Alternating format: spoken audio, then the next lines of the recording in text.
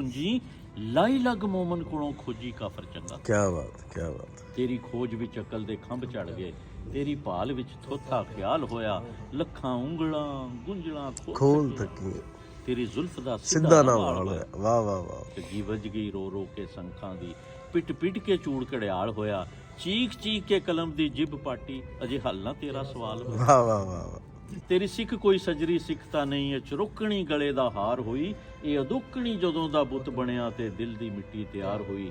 ਤੇਰੇ ਹਿਜਰ 'ਚ ਕਿਸੇ ਨੇ ਕੰਨ ਪਾੜੇ, ਕਿਸੇ ਨੇ ਜਟਾਂ ਵਧਾਈਆਂ ਨੇ, ਬੂਹੇ ਮਾਰ ਕੇ ਕਿਸੇ ਨੇ ਚਿੱਲੇ ਕੱਟੇ, ਕਿਸੇ ਰੜੇ ਤੇ ਰਾਤਾਂ ਲੰਘਾਈਆਂ ਨੇ, ਕੋਈ ਲਮਕਿਆ ਖੂਹ ਦੇ ਵਿੱਚ ਪੁੱਠਾ ਤੇ ਕਿਸੇ ਨੇ ਧੂਣੀਆਂ ਧਾਈਆਂ ਨੇ। ਤੇਰੇ ਆਸ਼ਿਕਾਂ ਨੇ ਲੱਖਾਂ ਯਤਨ ਕੀਤੇ, ਪਰ ਤੂੰ ਮੂੰਹ ਤੋਂ ਜ਼ੁਲਫਾਂ ਨਾ ਚਾਹੀਆਂ। ਵਾਹ ਵਾਹ।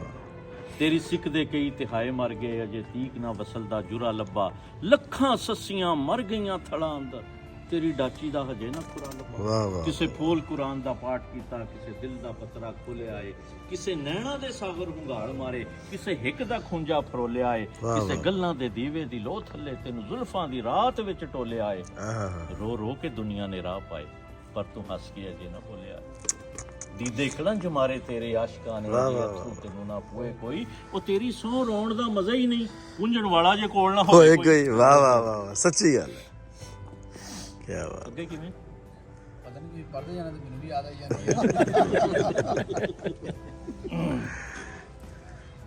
ਉਹ ਆਖਰੀ ਉਹ ਹੀ ਨਹੀਂਗਾ ਕਿ ਇੱਕ ਘੜੀ 'ਚ ਫੁੱਲਾਂ ਦੀ ਦਾਲ। ਨਹੀਂ ਉਹ ਤੇ ਬਾਅਦ ਚ ਆਉਂਦਾ ਨਾ।